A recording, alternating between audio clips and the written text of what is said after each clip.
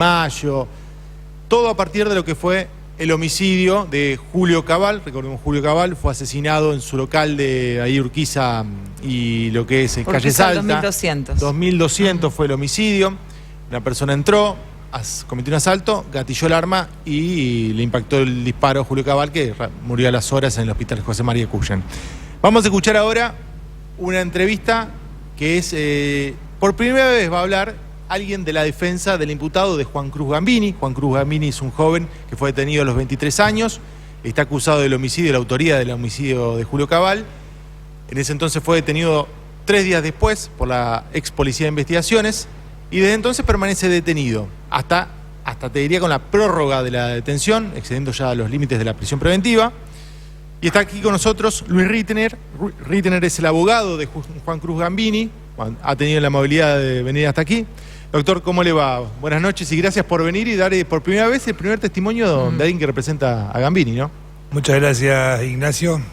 Creo que te lo debía, sí. Me habías pedido varias veces y bueno, cumpliendo un poco esa promesa. ¿Es Gambini estuvo en el lugar el día que mataron a Julio Cabal? No. Yo entiendo la inocencia de Juan Cruz. Estoy convencido de la inocencia. ¿Qué es lo que sostiene la defensa y que se va por lo menos, o que se pueda adelantar antes de lo que es el juicio? En estos temas y fundamentalmente las líneas defensivas pueden pasar por varios lugares. Uno de ellos es establecer una coartada.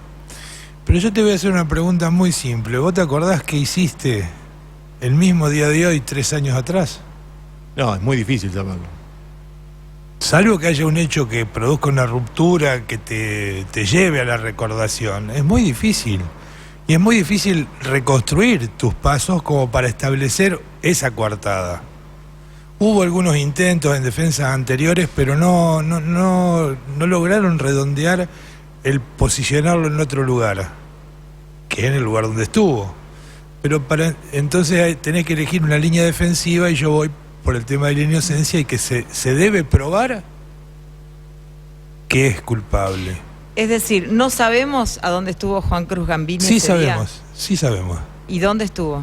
Estuvo en un lugar cercano a su casa, en el domicilio, ayudando a su papá con el tema de un animal que se había empantanado junto con algunos vecinos.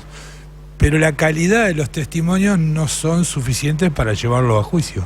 Para mi elección como línea defensiva, ¿no? Hay una prueba clave en el caso, creo que hay varias.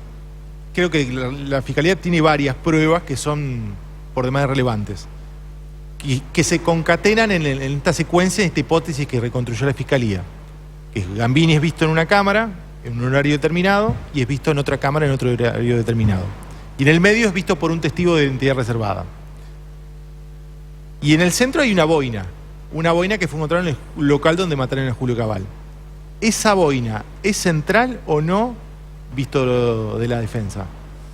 Para la Fiscalía obviamente que sí. Todos esos testimonios implican, según la teoría de la Fiscalía, un posicionamiento en el lugar, pero simplemente establecen una trayectoria cercana. Nada, absolutamente ninguna prueba posiciona a Gambini en el lugar del hecho. ¿Ni el testigo de identidad reservada? Ni el testigo de identidad reservada. ¿Y la boina, por más que el ADN de quién es? No es de Gambini. ¿Pero es de un familiar? Es de un familiar de Gambini. Se podría establecer la presencia de ADN de un familiar de Gambini. Y en ese caso entonces ¿está identificado ese familiar? Para la justicia, digo. ¿O ustedes saben que es determinada persona? Sí, justamente por la prueba de ADN. Ajá. Lo que pasa es que estamos en un sistema totalmente distinto al que vivimos antes hasta el año 2014. Entonces cada uno establece su teoría del caso y aporta sobre esa base.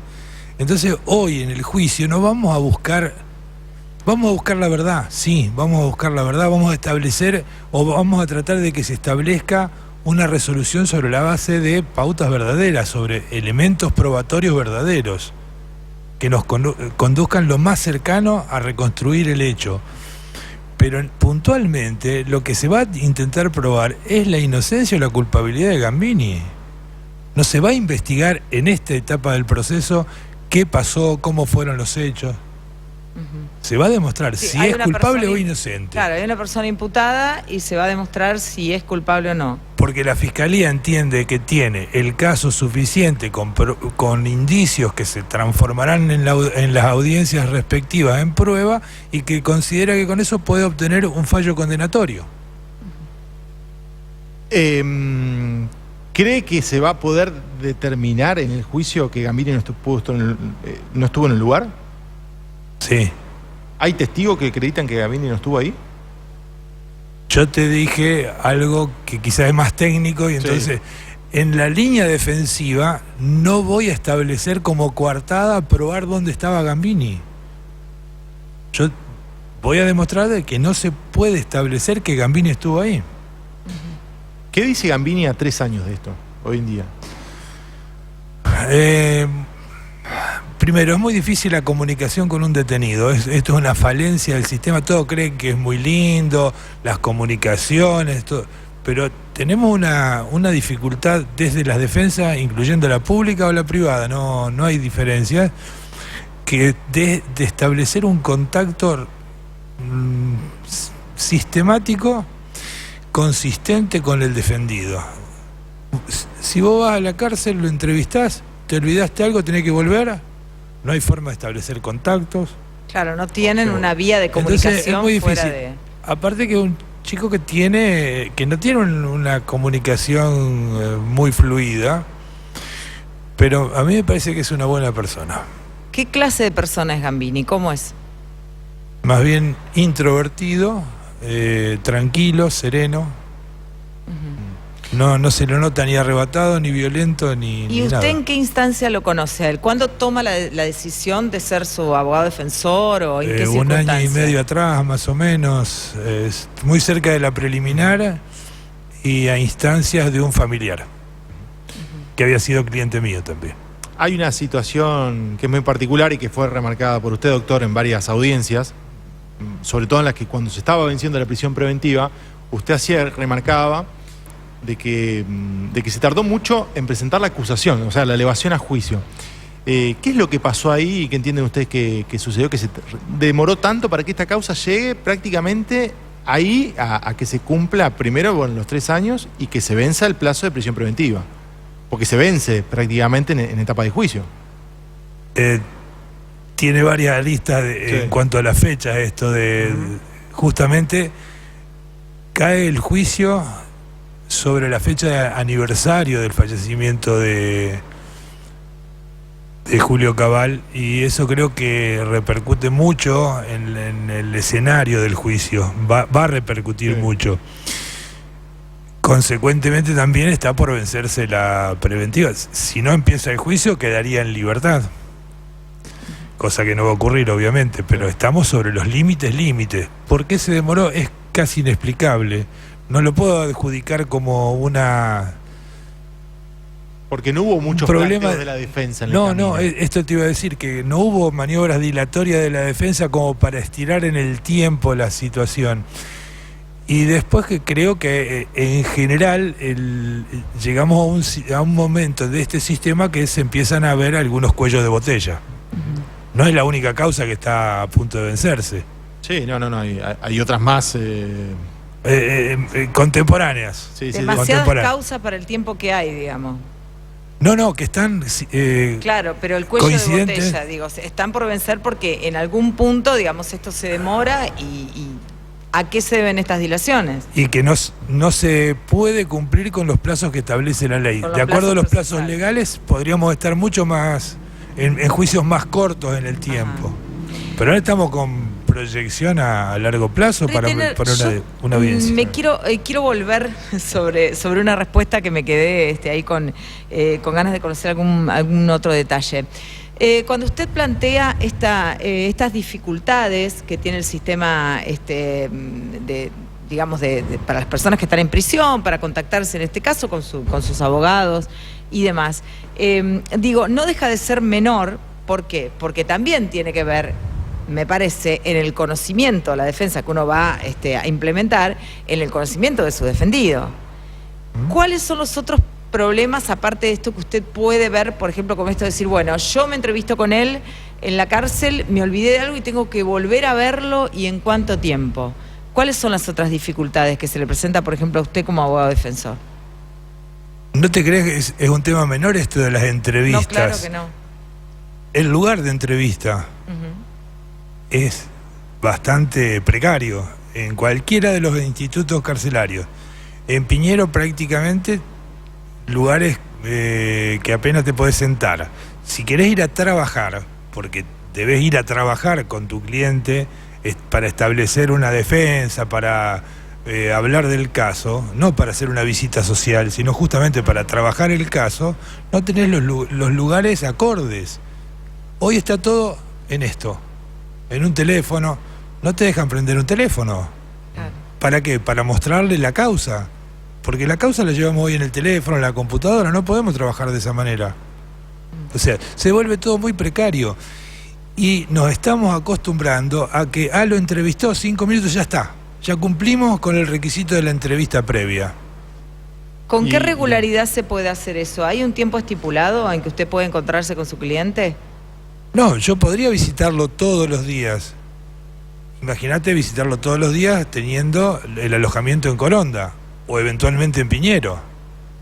O siendo un alto perfil, por ejemplo, me pasó hace muy pocos días, y que el servicio penitenciario ni siquiera lo quiso trasladar a las audiencias de juicio. Entonces a una persona con un pedido de condena, en este caso de perpetua para Gambini, pero en otro caso 22 años de pedido de condena, y a la persona no se le deja presenciar su propio juicio.